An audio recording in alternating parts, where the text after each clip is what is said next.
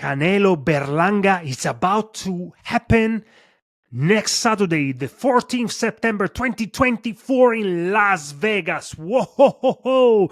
Another great fight, coaches, is about to happen for us. It's great because we love boxing, and finally we have all these amazing fights, big fighters facing each other and trying really to take the steps forward in their career to win over everybody.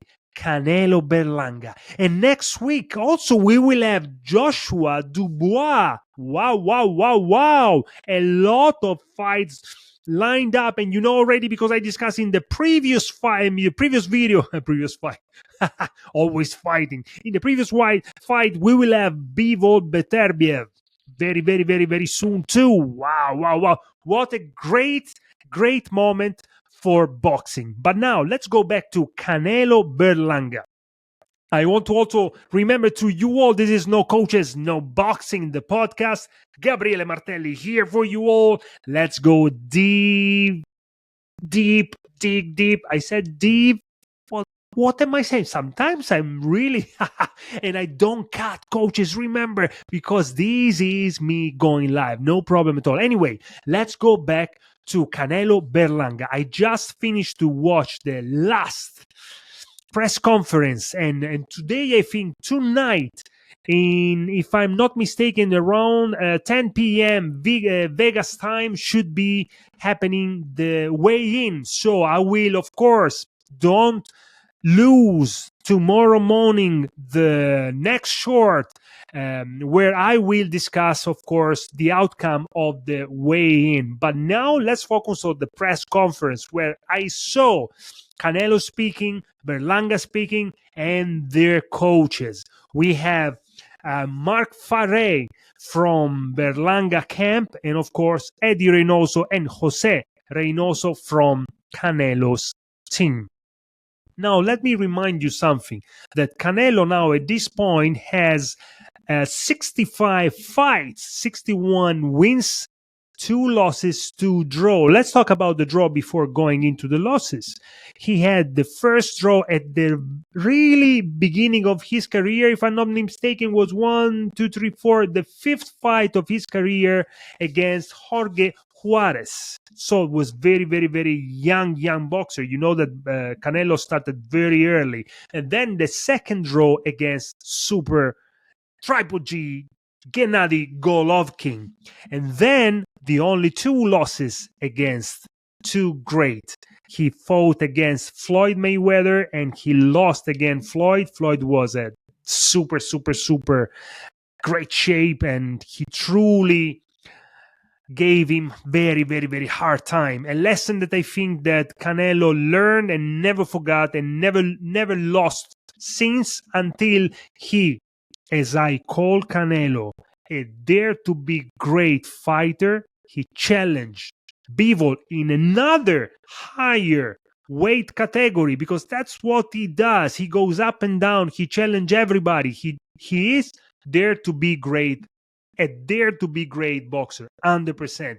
We have to give this to him. So this is the curriculum of Canelo. But then on the other side, we have Edgar Berlanga, 22 fights, 0 losses, 15 consecutive knockouts. And during the press conference, Berlanga was calling himself, of course, a KO artist, and that he's looking to KO, to knock out Canelo around round number 6. Of course, Canelo is not really agreeing with him, and on the other side, he says, I planned to knock him out in round number 8. He said, how can you say that? Because I work for it. I'm ready for it. And you know, it's both of them, they said, it's always good winning by KO, but let's say these 2 contenders also are representing Mexico against Puerto Rico. Wow, this is a great rivalry and will happen during the Mexico Independence Week weekend. Sorry. So this is a very important moment, especially for Canelo, because he's fighting, and they were remembering that Canelo years ago fought during the Mexican Independence Day against Miguel Cotto, great Puerto Rican and amazing fighter and world champion. Miguel Cotto was another of the greatest. Another day to be great fighter, 100%. But what I saw there are two really determined and motivated boxers. None of them during the press conference was stepping backwards or showing any, let's say, doubts. Nothing.